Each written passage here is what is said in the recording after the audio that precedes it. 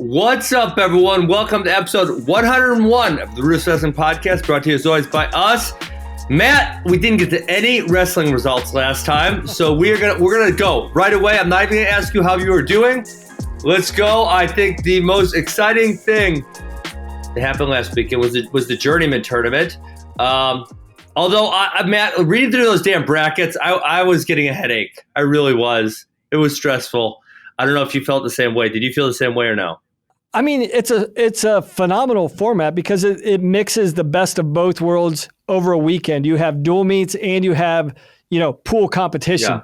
So you've got the opportunities for your guys to get individual development, and then you can also throw your team in a dual meet setting and see how they're going to develop. So absolutely outstanding format, but you can't follow it. You can't follow it. I couldn't follow it online, and I was trying. Yeah. I was trying to look everywhere and follow hard. The matches. Yeah. It was it was pretty terrible. Following the results. So the way they do it, I get the way they do it. They do every weight class, and they do pools of like 6 and or 8. So, a 125 might have an A pool, a B pool, a C pool, a D pool. Then if you go to the A pool, within the A pool, there's multiple pools. So then you have to look through the pools, you have to find the winners, and then the winners wrestle each other, and that's how you get the results. So anyway, it was stressful. So the best match of the weekend, Zahid Valencia, Taylor Venz. Venz got 3 takedowns on Zahid. He has a 3-point lead going into the third period. He's actually pretty good on top. So I thought he was going to do some riding at the beginning of the third. He doesn't get any riding. He gets taken down. And then Zahid does what champions do. He rides out for the win. And, it was like the champion's mentality. He almost gets reversed with like 10 seconds left, but he just found a way to hang on. I thought the call was correct on the mat. I did not think it was a reversal, although it was very close. I thought he did what he needed to do to win. Although Zahid at 184 made me a little bit nervous. Yeah, I mean, to your point, winners win, right? They find a way, and it doesn't matter. You get your hand raised, you walk off the mat, and you go to the next match. And there's no moral victories in wrestling or in sports or athletics, but this is as close to a moral victory if you're Venz that you could possibly get, because for all intents and purposes, like, he out wrestled Valencia. He did. I mean, you can't argue against it. I mean, he pretty much controlled the match and, exposed things in Valencia that we hadn't seen very often. Very few people have. Do you feel like it's early season Valencia? Because if I'm remembering correctly, didn't Zahid have a slow start to last year also? Yeah, I mean, I can even go back to 2 years ago in the finals of Las Vegas when Zeke Jones threw a phantom block. Not a phantom block. He threw a block because it was right. No, against Jordan. Oh, against Jordan in the finals. Yeah. Jordan had him reeling. I mean, he was like a standing 8 count, and the only way to stop the bleeding was to throw a block and argue a phantom call that didn't even exist.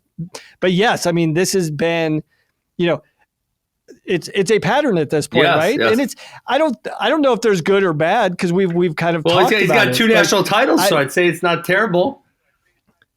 Yeah, and for a lot of coaches, we've discussed this before. Like, for me, I don't want to be in peak shape. I didn't want my athletes to be in peak condition come November, because how long are we going to maintain that peak, right?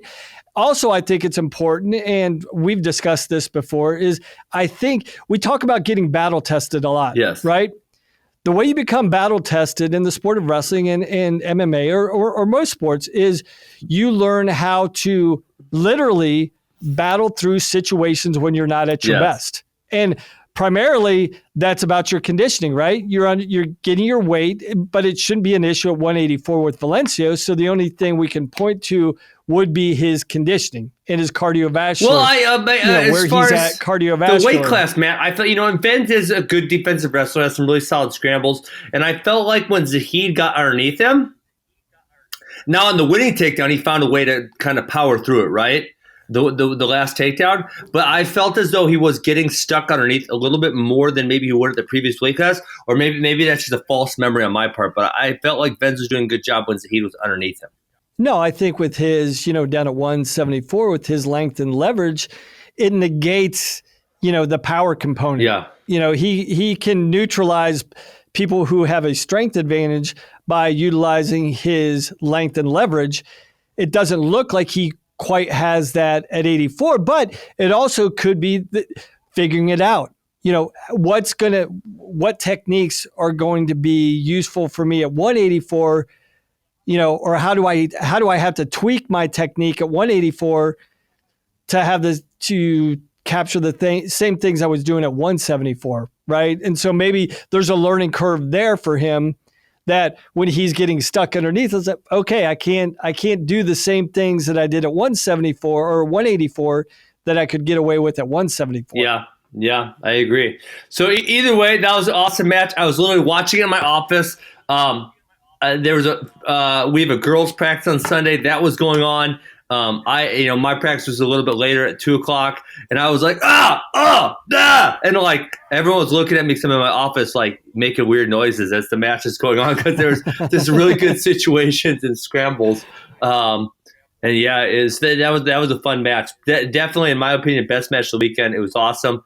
How about Dom Demas? So what do you think? So what do you think? But before we move on from Valencia, is he exposed? Oh, should we be concerned in your mind, or what? I don't think I would say, definitely not say exposed. I don't think that's the right word. He was pushed, but he's been pushed. He lost to Mark Hall early in the year. I think we've seen Zahid struggle early in the year before. I think we've known that Taylor Venz is really good. So I would just say I think it was probably a little closer than I thought it was going to be, but I don't think, to me, that it's anything like, oh my God. If you would have told me they had a close match, I would have said, yeah, I could see it happening early in the year. So, when I look at the rankings right now, Venz is all the way down at number 8. I think he'll probably move up a little bit. But when I see the top 7 above him, right, Zahid's number 1. I don't look at that list and I think, okay, this guy is way better than Taylor Venz. Like if you told me Dakota Gear or Nino Bonacorsis beat Taylor Venz, well, I'm not all that surprised. That seems pretty reasonable. But so do you see what I'm saying? Like there's no one that's like way above him. So when we look at that, say 2 through, I'll go all the way down to Cash. Well, even Trent Heidle is all the way down to 13, and I think he's really good. So I think there's a whole bunch of guys who are all pretty good. And none of them have, we talk about having tiers. None of them put themselves in that next tier above everybody else. Yeah, I think we know the Valencia we've seen in March. So in November, there's no point in knee jerking when we already have a pretty good body of knowledge on the last 3 years with Valencia about what he's going to look like in March. Yes. And Venz I think all Venz did. I think Valencia is clearly still the class of the field here at 184, but Venz just made claim to the fact, like, I could be one of the guys that's in the finals. I agree. I didn't clearly make a statement like I am the guy that's going to be in the finals. I think he's one of many guys that could possibly be in the finals against Valencia, but I still think Valencia is that one guy that's going to be there.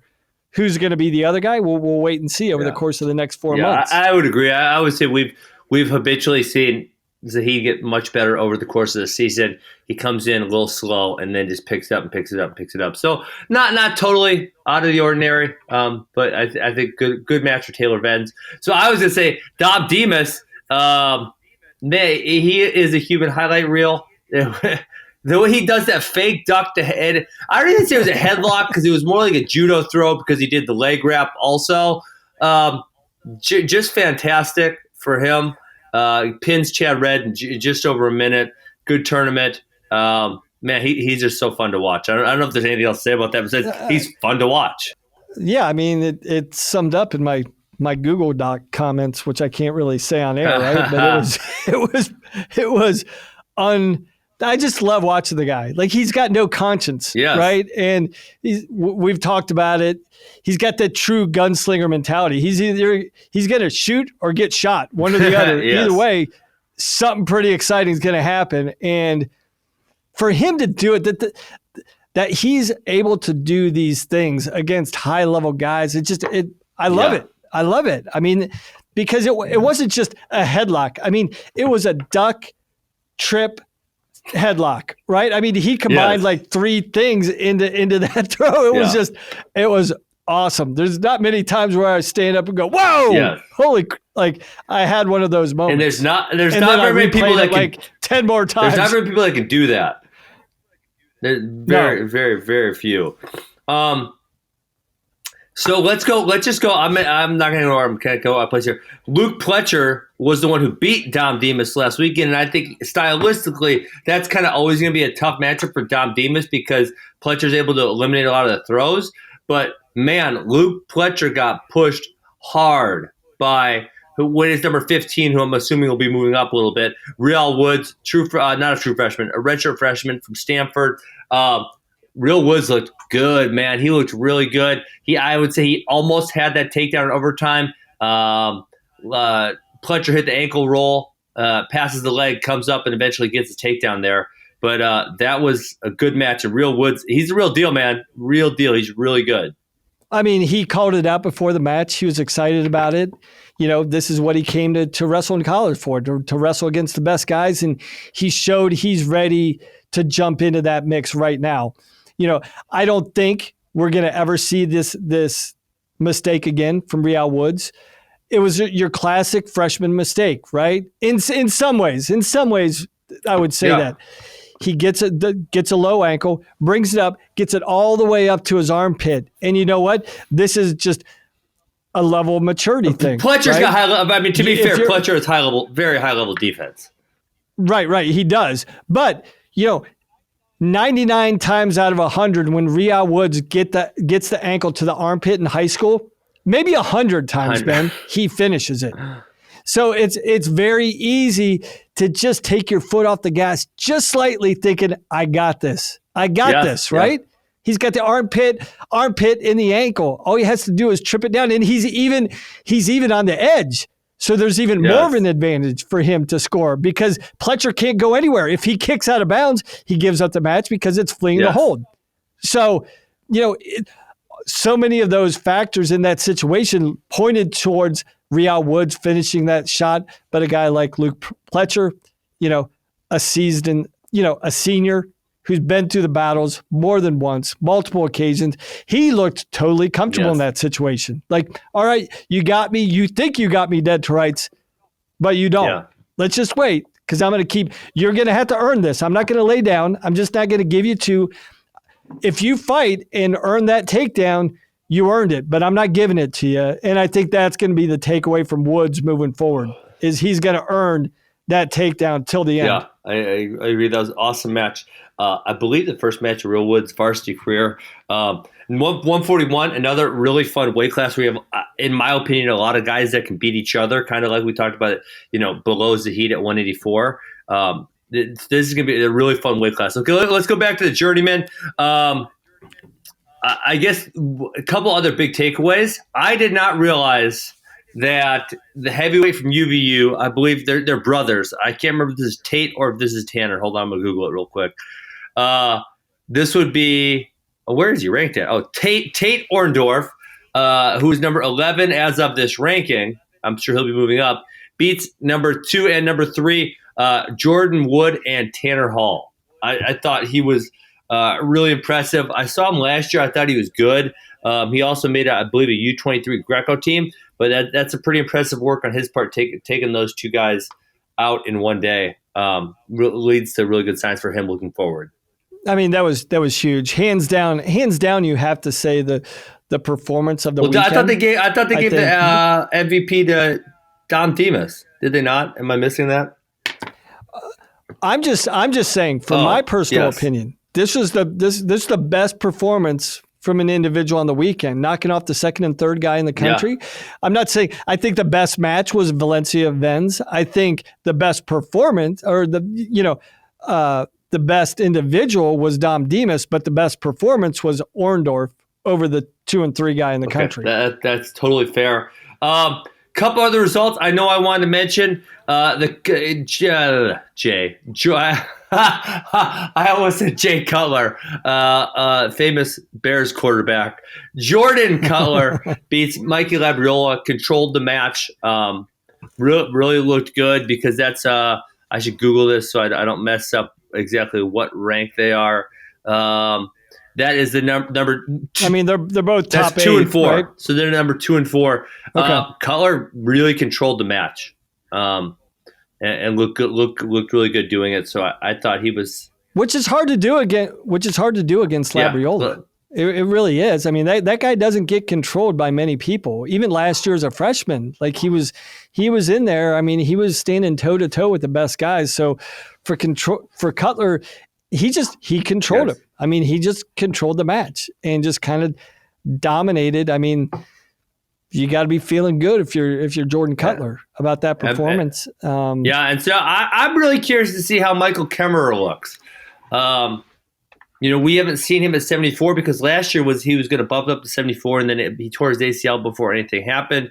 And so I'm really curious to see how he looks. And I think when you see the way Cutler kind of, I don't want to say dominated, controlled Labriola.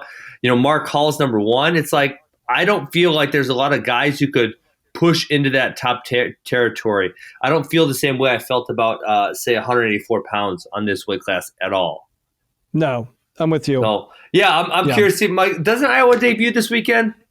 Who do they wrestle? They wrestle UTC maybe. I believe it's on Chattanooga, Friday, yes. I think. Let me just Google their schedule real quick. Yeah, I believe they wrestle Chattanooga on Friday. So they wrestle Chattanooga on Sunday, and then, dude, I'm looking forward to that Iowa State match. That's in 2 weeks in Ames. That's going to be a lot of fun. I'll tell you what. Going to be a ton of fun. That's going to be yeah. I mean, I got to assume Iowa's going to win, but there's going to be a lot of back and forth matches. The only other thing I wanted to say from the Journeyman, I don't know if you have anything else, is that Anthony Valencia lost to Dylan Lighty, and so we were kind of saying, could the weight cut have been Anthony Valencia's issue because this is his first time up at 174? And I think the answer to that now is no. He loses to Dylan Lighty, who Lighty's good. Lighty is ranked number 12. But again, we talk Anthony Valencia, who is a number 1 of all high school recruits coming out, had placed in the U.S. Open as a high school kid. He's just not making that transition to college wrestling. And I'm not really – it's so puzzling, Matt, because you see his brother Zahid is going to be a freaking all-timer, and Anthony was so good in high school and has not, for whatever reason, been not able to make that transition to being a really high-level college wrestler. And I don't really have any answers there. Well, I think sometimes it's the $100,000 question, right? Like if you had that crystal ball as a college coach and could point, okay, this guy is going to be a great high school wrestler, and that's what Valencia was, right? That's what Anthony the best, was. The number 1. He was a great college or high school wrestler. It just hasn't translated into college. What's a contributing factor? I don't know. You would probably have to have a conversation with guys, but there's probably some things that you can point to. But then you look at Zahid. Zahid was a guy that just kept making huge leaps throughout the second half of it, throughout his high school career. And then those progressions have continued once he got into college. Yes.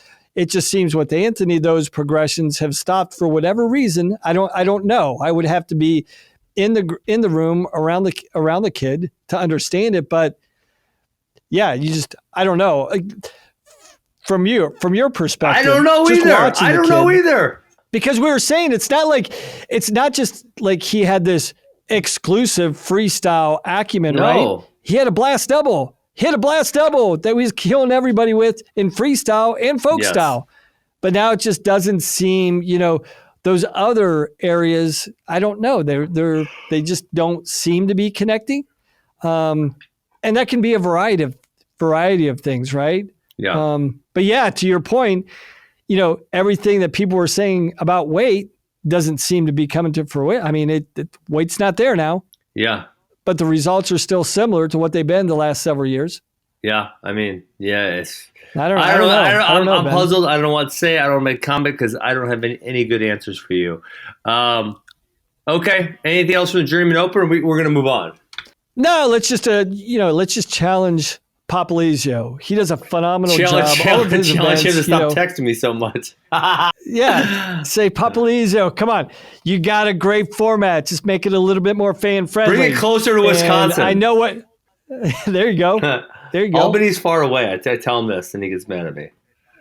I got a geography degree, Frank. All right. But no, I love what Frank's doing. Frank is always hustling, man. You got to really appreciate that he's willing to put the work in to put a premier event out there. And it's a premier, early season event. This is what we said about Frank is a bit in jest. This is a very hard event to satisfy all the needs of the college coaches. And he's doing what he can. It's just hard to make this. It's hard to satisfy the fans and the college coaches. Correct. And I think he's got to do to make his event relevant. You got to get the best teams there. To get the best teams there, you kind of got to give to what their needs are and what their requests are. And so he's giving the coaches what they want. And to be fair, Matt, I think the format is great. I'm just saying from a bracketing perspective, it is very challenging to look at and takes a lot of work. That's all I'm saying. Yes. Okay. If you're following one team, it's not so bad, right? Because you can just search the team. But if you're trying to follow everything that's going on, it can become very challenging. Okay, let's move over to also in New York, the Jonathan Kalust Bearcat Open at Binghamton. Biggest takeaway, our man Ben Darmstadt got beat down in the finals. I guess I was kind of disappointed by this. I thought Ben was – I don't know why he cut down to 84, and I don't know if that is part of the issue. But he gets beat by Lou Deprez, and I think a guy that I believe you recruited. Yes, I did. So that's my guy. Your guy. I was excited about this. You were excited. I was excited about Ben Darmstadt was my guy, so I was sad about this. Yeah. I mean, I am a big fan of Darmstadt. But yeah, this is a huge win for Deprez. Deprez's 8-9 in the country. Yes. Was in the All-American round as a freshman last year. Didn't quite get over the hump. But this is this was a controlling victory. He came out, he gave up the takedown, he gave up riding time, I think well over 2.5 minutes in that first period. And then completely battled back, gets 2 takedowns, 2 near falls. And he actually did a pretty great job of negating an area where Darmstadt is really dangerous, and that's from the bottom position. Darmstadt is really, he's masterful getting reversals. Yes. And what the Prez did a great job of here is like overpowering him from the top position, like flattening him out, not letting his hips and legs get off the mat. Like he did a good job of just keeping him completely grounded and flat on the mat, just really overpowering him. Because when Darmstadt builds a base or even builds his hips, that's where he becomes really, really dangerous. And, Deprez did a phenomenal job, overpowering him, flattening him out, showing a big growth and maturity about finishing matches. So, yeah, that was probably the big takeaway there. Binghamton did have, 4 finalists, 2 champs. I think they won 133. Zach Trampy was a national qualifier for him. But, I guess outside of that, the Deprez-Darmstadt match, which, again, that opens up the 184 discussion, right? Well, I'm very confused as to why Ben Darmstadt went down. Obviously, Max Dean is a national champion. He goes to Cornell. He's Olympic redshirt this year. But does that mean Max Dean is going to move up next year? Because why would Ben Darmstadt go down for just 1 year? Like, that doesn't – I don't know. And really, when you say Valencia or Colin Moore, Valencia is probably more of an all-timer than Colin Moore is. Probably tougher to beat. I don't know. I don't fully get that. Athletically and from a skill set, there is a disparity between the athletes and the skill level at 184 and 197. Yeah. And I think I wouldn't think you would classify as Darmstadt as a dangerous athlete. I don't think so. He's a dangerous wrestler. Dangerous human being. And so, so even though you look at, you compare Darmstadt to a Colin Moore, you think, well, Colin Moore is just going to physically overpower him, but with his length and size and his skill set at 197, he's a guy that I think would give Colin Moore a lot of trouble. Absolutely. And, so do you think this is, Ben hasn't wrestled a match in a year and a half. Do you think it comes down to that was the issue or, what do you think? I mean, that's got to be some of it, right? Yeah, there's got to be some ring rust there. I mean, you haven't competed. I mean, we talk about this all the time. There's a big difference between competition and the practice room. So I'm sure he's looking phenomenal in the practice room, but you got to get live matches under your belt. I mean, again, and this is what I would say, similar to what we've seen with Valencia at the second half of the year. We tend to see that from the Cornell athletes as well. Like they wrestle at high level schedule. They're out there competing against everybody. But if you look at Cole and you look at some of his interviews, he's not that concerned with the first half of the year. Not. It's all about March, and he'll take a loss here or there. He won't put his best team out there in November or December or even January. Yeah. It's all about the end of the year. So I mean, yes, great win for Deprez. I think, he made a statement about what he has the ability to do and potentially making the finals this year. But I wouldn't knee jerk and say, oh, what the heck is wrong with Ben Darmstadt? Give him some time again. Yeah. Well, the other one I wanted to bring up from the Toulouse Open is Luis Hernandez. This heavyweight from Cornell gets 3 pins in 4 matches. And, there wasn't any world beaters in this bracket, but there's a couple pretty tough guys in here. And if we're talking about Cornell putting together a really good team for next year, man, that is looking very, very promising. Then also they got Chris Foca won also. Too, right? So, you're looking 74. Foca's looking really good. Then you'll have Dean and Darmstadt, however they match up 84-97. And then you would have Luis Hernandez at heavyweight. I think that's got to feel very promising if you're a Cornell fan. Yeah, I mean, you got to be really happy if you're Rob Cole. Any 2 times your 2 grade shirts, whatever you want to call them, at Finger Lakes, they're 2 for 2. Their first 2 weekends out of the gate as college freshmen. They've won, the first 2 college tournaments. Huge. So, we were talking last week, just winning any college tournament is impressive. Yes. And these guys have won in back-to-back weeks. I'm not sure where Cardenas was this week. I missed him. I didn't see him in the bracket. Someone said he got hurt early, I thought. Okay. I'll look at the bracket just to confirm that is true. That's what someone told me. But yeah, I mean, if you're Rob Cole and projecting now where you're at this year, projecting he got hurt next first round into your plans, people. I'll say this again, and I'm saying it in March of 2019 and not November 2019 and not March of 2021. But all these people, with the Ironman decision going to Iowa are talking about, Iowa in 2021. They're going to be good. They're going to be good, bro. We better start talking Cornell 2021. That's one of the teams that I'll throw out there right now. Yeah, I mean, they'll have the big 4 that we talked about last week. Andrew Berriesa wanted to let us know he was also redshirting. Apparently, we didn't. Yes, true. We didn't say him. Sorry, Andrew. And thanks for listening. Also, appreciate it. That's exactly. Awesome. We'll give you some love now. We'll be looking out for he's a Greco guy. He was on I believe the U23 Greco team last year. Correct. Correct. Okay. So, all right. I think we're done with the Bearcat Open. So we just have a bunch of duels to talk about. Let's go the ones that people watch first. Penn State smashes Navy. It looked really good. I think the only thing that you don't like if you're a Penn State fan is that Kyle Connell did not look all that great. He got ridden for a good portion of the third period. Ends up getting a reversal. The other guy gets to escape it, and he wins 4-3 against a guy from Navy who is not all that great. A freshman. Was he a freshman? A freshman. I didn't know the guy at all. So, yeah, he must not be all that great. I mean, again, this goes back to some of the other conversations we had previously. Connell hasn't wrestled in a year. He's been out with his shoulder since NCAAs 2 years ago.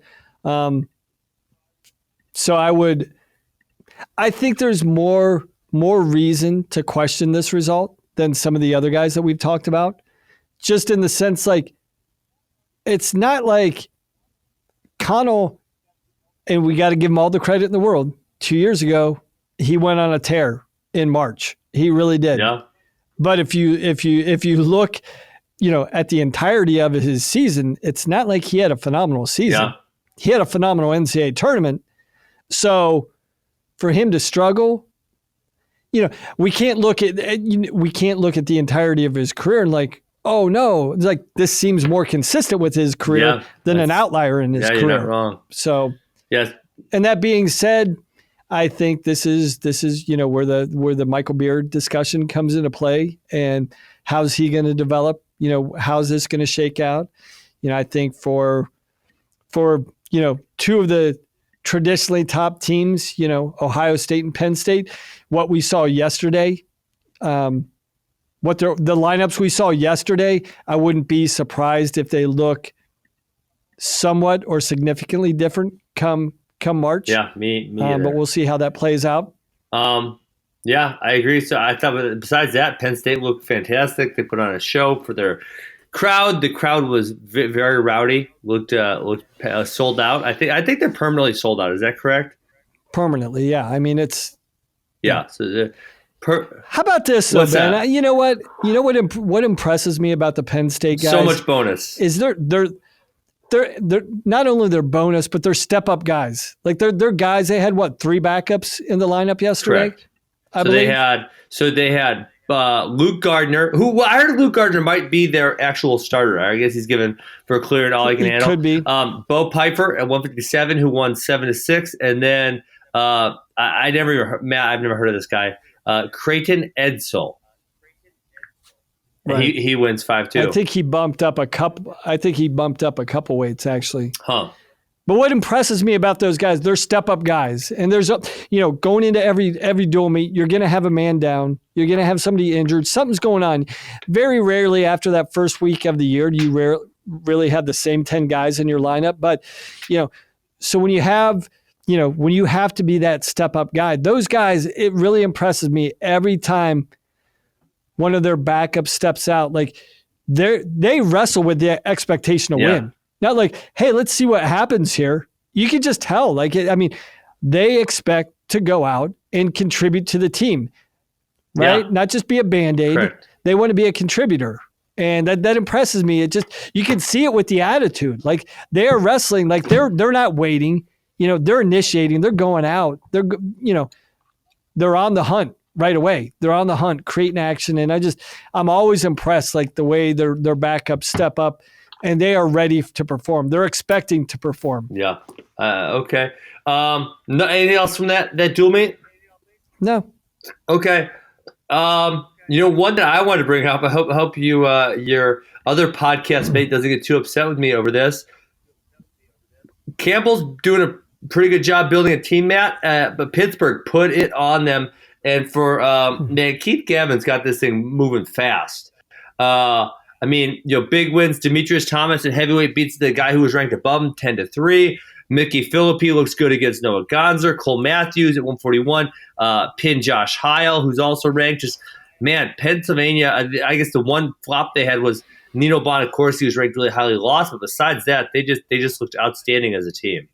No, you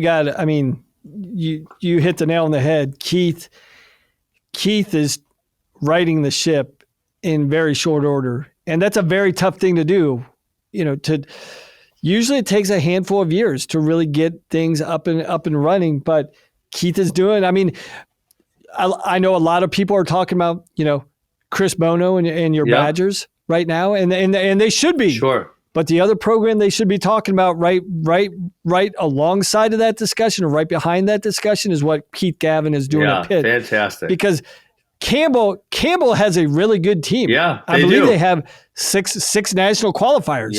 Yeah, they have what? I don't care what you say. 5 guys ranked maybe or something, and then top 20. Yeah, they're a good team. Yeah, they're a good team, and for Pitt to handle them like that was, wow. Yeah, that's really impressive. Really impressive. I agree totally. So good job, Keith Gavin. We say good job, Keith Gavin, a lot of times. I think both you and I like Keith Gavin. So good job, Keith. Love him. Keep it up. Virginia Tech over Northwestern. I thought this was interesting. They did. FRL always jokes that wrestlers love alliteration. So they had the oh my gosh, Matt on the mound. So this dual meet was on assault. But man, to a certain extent, like the first couple of times was cool when they did the football stadium. Like that was outstanding. But now just putting the wrestling mat in random places, like it's kind of making me laugh now. Because it's like, okay, the novelty's over. Let's just put the effing mat in the gym and have a good dual meet. It's looking a little bit like a gimmick at this point, right? Like how many different ways we've seen it in, theaters, like, performing arts theaters now. We've seen it on baseball fields, football fields, kind of get, right? But, I mean, where's it stop? Where does it stop? And I get it. Hey, you can't really – you got to appreciate Tony Roby wanting to create compelling narratives, right? Yes. For not only his program, but for the athletic department, like continuing – he's not resting on his laurels and saying, hey, we've established ourselves in the hierarchy of Virginia Tech, within the Virginia Tech athletic department. He's still pushing the envelope, which I appreciate that he's doing. But yeah, I mean, where do you actually say, you know what, that's maybe not a good idea. Let's just go to the gym. I was thinking like, right? what if volleyball did something, right? Like where they start having volleyball matches on a baseball field or volleyball matches on a football field. Like, what the heck? It's so bizarre. Like they did gymnastics at the baseball stadium. Like WTF. So a couple good matches here. And I think a thought of note, Sebastian Rivera bumps up and wrestles Colin Girardi, who's ranked number 15 and major decisions him. So impressive. I don't know where Sebastian Rivera weighed in at. I don't know if he weighed in at 25 and bumped up or if he had some allowance there. And then Deacon looks good against BC Leprad, where he got a major decision in Leprad's number 18 rank. So nothing else too exciting there. Is there anything else you want to mention on that duel? Yeah, I mean, the only thing that I would add with Sebastian bumping up at 133, I think this is for try and give their best opportunity for Northwestern to get the dual meet win. I think they probably bumping up. They're like, okay, this is one of Virginia Tech's better guys. He's ranked, but if we bump Rivera up, we can win that match. We think if we can put our backup in at 125, Virginia Tech is not that strong at 125. They probably tossed a coin, hoping that they could get the outcome at 125. They didn't. It turned out to be a 21-18 match. If 20-25 would have gone Northwestern's way, the dual meet goes their way. I would say that I don't know for sure where Sebastian weighed in at, but I can tell you he is wrestling at the Puerto Rican Olympic trials. What? US Puerto wait, Rican Nationals why are you withholding this information from us? Because I just heard about it a couple days ago. Why have I never heard of this? Wait, Puerto Rico has the Olympic trials? Or something. Let me not say it's the Olympic trials. Let me say I believe it's a Puerto Rican Nationals. I was talking to Storniolo about this because he was talking about, he's like, Sebastian has to wrestle in a couple weeks at the Puerto Rican Nationals, and it's going to be down at 57 kilos. Oh. So he's definitely not going up to 133. I think this is just, they bumped him up, to try and get the dual meet win. But I don't think anybody should read into this at all about him being at 133. Okay, I'm Googling the Puerto Rican Olympic trials. I think it's the Nationals, Ben. I think I misspoke. It's not the Olympic trials. I think it's just the Puerto Rican Nationals. Okay, I can't. I don't think they have I don't think Puerto Rico actually has the depth to have a trials. Yeah. I think it's more about Puerto Rican Nationals and then seeing if you can qualify the weight for the Olympics. Okay, I'll leave it at that. Matt, what if? Oh my gosh, my head just exploded, Matt. What if Yalwa's Bone drops down to 57, which I think is a reasonable possibility, and Sebastian Rivera knocks off the American representative at the Pan Am Games, and America doesn't qualify because it's Sebastian Rivera? Would you lose your mind? Would you lose your mind? I'm not going to lose my mind. You feel more no. Christian Powell's is going to lose his mind. Well, yeah, but it's the goose and the gander. What are all the Russians saying with, them populating the wrestling rosters of 15 different countries? There's some agreement where if you're a Russian and you go somewhere else, you can't beat a Russian. You're not allowed to. You get shot or something. That goes against our capitalistic nature, right? Sure, fair enough. Yeah, I mean, literally, you could get shot for beating another Russian if you're a Russian athlete. Right? I was saying that in jest, but I think there's a distinct possibility there's some truth to it. Right. So I don't think that narrative even runs through the heads of our American athletes that are wrestling for other countries. I agree. So, and more power to them, man. Yes. Okay, Clay. Oh, Clay. I was reading. At UNC beats Michigan on Friday night. I watched this duel on the Flow app. It was nice. A couple interesting things here. So I thought, a lot of people were really excited about Joey Melendez, who's ranked number 19 for North Carolina. He kind of got hammered by Jack Medley. I didn't really see that one coming. And then the other, in my opinion, really good match was AZ Headley, Will Luan. Luan was he had a duck under to a bear hug for what I thought was maybe the winning takedown, and he ended up throwing himself to his back. So Headley gets the takedown up a few weight classes and beats number 10, Will Luan, and UNC wins the dual meet. So I thought it was a fun duel for a Friday night. Yeah, I mean, good for Coleman Scott and what he's building there with the Tar Heels down in North Carolina. The anticipation leading into this year about this duel was lessened by, and you know what, Ben, we should just eliminate Michigan's this. redshirting everybody. I don't want to spend the whole year talking about who's in Olympic red shirt and who this is their not. team. Okay, Michigan, they made their choice. Cornell made their choice. So let's not put a caveat beyond. But if they had these guys, well, they don't, and they're not going to have these guys. So let's get over it. Let's move beyond this in the conversation and say UNC beat Michigan. That's a great win for UNC. Anytime, an ACC school can beat a traditional power in the Big Ten, that's a great thing for UNC and the ACC conference. So give them credit where credit is due. And UNC was missing their number one ranked Austin O'Connor because he broke his arm. Yeah. So they're missing people also. Okay, last duel we're going to talk about today. Ohio State, Stanford. We already discussed the Pletcher and Real Woods match. I thought a bunch of good matches here. I thought Colin Moore looked exceedingly good. He's good, obviously, but Colin Moore sometimes. I actually said this in my Mental Monday last night. Sometimes you watch Colin Moore and you think, "Oh my God, how is he going to beat him?" And sometimes you watch him and you're not all that impressed. And last night was an "oh my gosh, he's good" one. Yeah. I mean, that's the thing when he's got the juice going, he's hard to stop. Really hard to stop. And it would be hard to argue that version of Colin Moore doesn't win a national title. Seriously, yeah, right? Absolutely.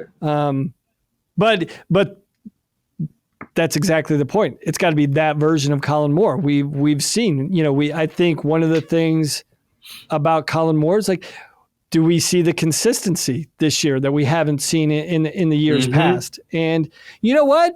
This is a lot of people have talked about Kyle leaving Ohio State. This could actually be a blessing for a guy like Colin Moore, right? Because it actually beat up every day.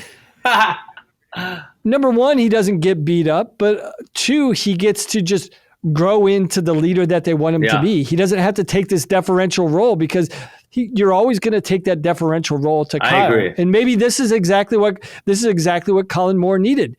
He didn't need that big brother by his side. And like, hey, brother, you've taken me as long as you can take me. Yeah. This last part of the journey, I got to do by myself, and I got to do it alone. I love it. And maybe him being alone, this is all he needs. But I think this event last night I thought there was some really good wrestling going on. But also I thought it was as much about the venue as it was the dual meet itself. Yeah. This is the first time Ohio State's been in the Cavelli Center, which is absolutely beautiful. I mean, just breathtaking, Ben. Just breathtaking. I mean, it just blows you away. That's an advantage. We talked about Penn State's advantage last time. This is what I'm saying. We should eliminate. Should eliminate all. Yeah, we need to eliminate the opportunity for all standalone facilities because it's a distinct advantage. Everyone's wrestling room should be 80 by 120 underneath the stinky football stadium somewhere. Exactly right. So again, advantages are out there for everyone, but you know what? This is good for the sport of wrestling when you've got that level of commitment by an administration to get it's got to be, at least for this year, the best wrestling facility in the entire country. I don't know what else is coming down the pipe, but it just flows so well together. The wrestling facility itself, the competition facility. I mean, it was beautiful. I'm happy for Ohio State's fan. I'm happy for wrestling that we actually have. This is a perfect wrestling venue. Yes, it's awesome. I mean, it's just over 4,000 seats. And yeah, I mean, there's not a bad seat in the house. It's close.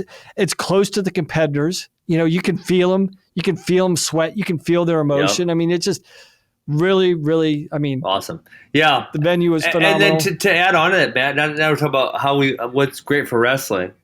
Because you know what, Matt, on the RUDIS Wrestling Podcast, we have an attitude of gratitude. We don't think grass is greener in other pastures. So my attitude of gratitude today, we can make this as a Twitter post or whatever. Every duel I watched this weekend, Penn State, UNC Michigan, Ohio State Stanford, Wisconsin Edinburgh. Every single one I watched had a packed crowd that was really into the duel. I mean, it was fantastic. And 15 years ago, I don't think you see that. But it felt like every single crowd I watched was sold out, and they were really into the match. I mean, it was a lot of fun. It adds a lot of fun and excitement to the duels when the crowd is that into it. Oh, without a doubt. Without a doubt. I mean, that's what you wrestle for you. As a competitor, you wrestle for you, but it's a little bit more enjoyable when people are there to actually cheer you on. Right? Absolutely. All right, Matt, that's it for us today. That was a lot of fun. And we will talk to you guys next week as there's going to be a lot of wrestling this weekend. All right. Sounds good, Ben.